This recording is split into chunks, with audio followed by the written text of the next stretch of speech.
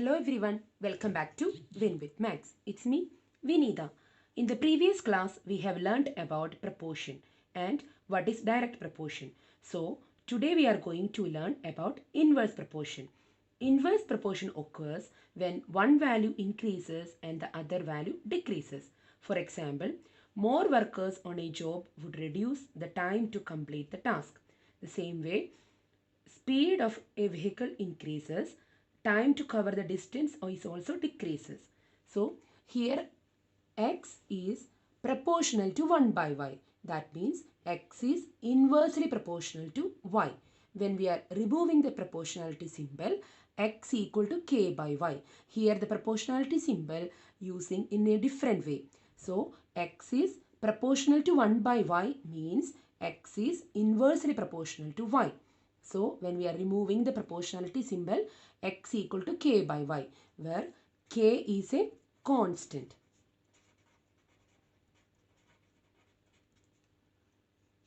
Now we can start the questions. Question number 1. If f is inversely proportional to d square and when d equal to 3, f equal to 12. So f is inversely proportional to d square means we can write f is inversely proportional to d square. That means when we are removing the proportionality symbol, that is f equal to k by d square. Then there is given the value d equal to 3 and f equal to 12. So we can substitute the value 12 equal to k by d square means 3 square. So 12 equal to k by 3 square is 3 3s are 9. So when we are taking this 9 into another side, we can find the value of k. So 12 into 9 equal to k. So k equal to 108. So we have find out the value of k. We can rewrite the equation, that is f equal to 108 by d square. Then we have to find the value of f when d equal to 4.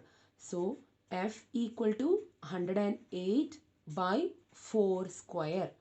So f equal to 108 by 4 square will be 16. So 108 by 16 will be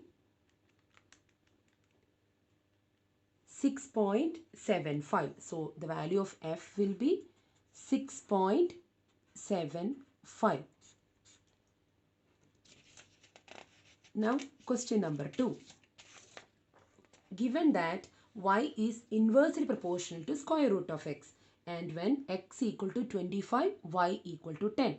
So we can write the equation, that is y is inversely proportional to square root of x means 1 by square root of x. When we are removing the proportionality symbol, that will be y equal to k by square root of x.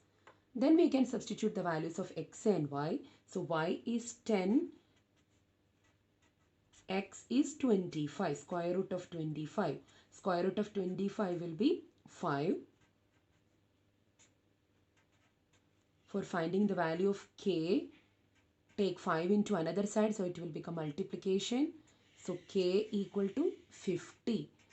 Rewrite the equation, y equal to 50 by square root of x. Now we have to find the value of x when y equal to 50. So instead of y, we can substitute the value of y, that is 50 equal to 50 by square root of x. Here we have to find the value of square root of x. Here there is no denominator, we can keep denominator 1. Then cross multiplication. So 1 into 50 will be 50 equal to 50 into square root of x.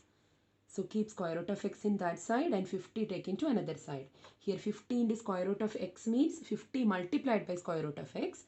So when it is taking to another side, it will become division. So 50 by 50 equal to square root of x. So square root of x equal to 1. 50 by 50 will be 1 by 1. So 1. But our question is find the value of x, not square root of x.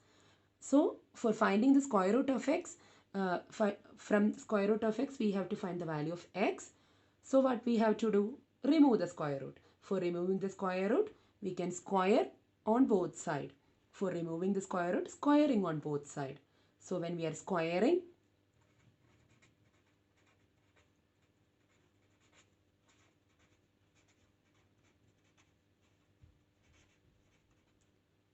square root of x, the whole square equal to 1 square. Square root of x, the whole square means square root of x into square root of x equal to 1 square is 1 into 1, that will be 1. We can rewrite this as x into x, square root of x into x equal to 1.